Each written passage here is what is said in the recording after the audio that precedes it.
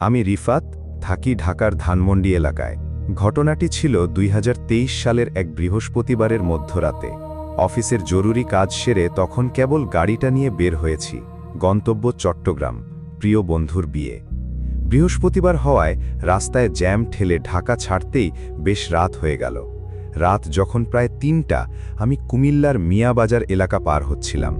চারপাশটা একদম নিঝুম, শুধু আমার গাড়ির হেডলাইটের আলোটুকু ছাড়া আর কিছুই দেখা যাচ্ছিল না। হঠাৎ খেয়াল করলাম রাস্তাটা যেন শেষই হচ্ছে না। এই পথ আমার মুখস্থ, কিন্তু মনে হচ্ছিল আমি একই জায়গায় বারবার ফিরে আসছি। মাইলস্টোনগুলো পার হচ্ছি ঠিকই, কিন্তু ঘড়িতে সময় যেন থমকে আছে। ঠিক তখনই অদ্ভুত ঘটনাটা ঘটল। রাস্তার মাঝখানে একদম স্থির হয়ে দাঁড়িয়ে আছে এক বৃদ্ধা। আমি প্রচণ্ড জোরে ব্রেক কষলাম, টায়ার ঘোষের শব্দে চারপাশ কেঁপে উঠল, কিন্তু গাড়ি থামার পর দেখি সামনে কেউ নেই। ভাবলাম মনের ভুল, কিন্তু মনের ভেতর একটা ডাক দিয়ে উঠল। শরীরটা কেমন হিম হয়ে এলো। যখন আবার গাড়ি স্টার্ট দিয়ে রিয়ার ভিউ মিরারে তাকালাম, আমার কলিজা যেন শুকিয়ে গেল। পেছনের সিটে আবছা একটা ছায়া বসা, যার অবয়বটা মানুষের মতো হলেও চোখগুলো ছিল অস্বাভাবিক বড় আর স্থির। আমি আর পেছনে তাকানোর সাহস পাইনি।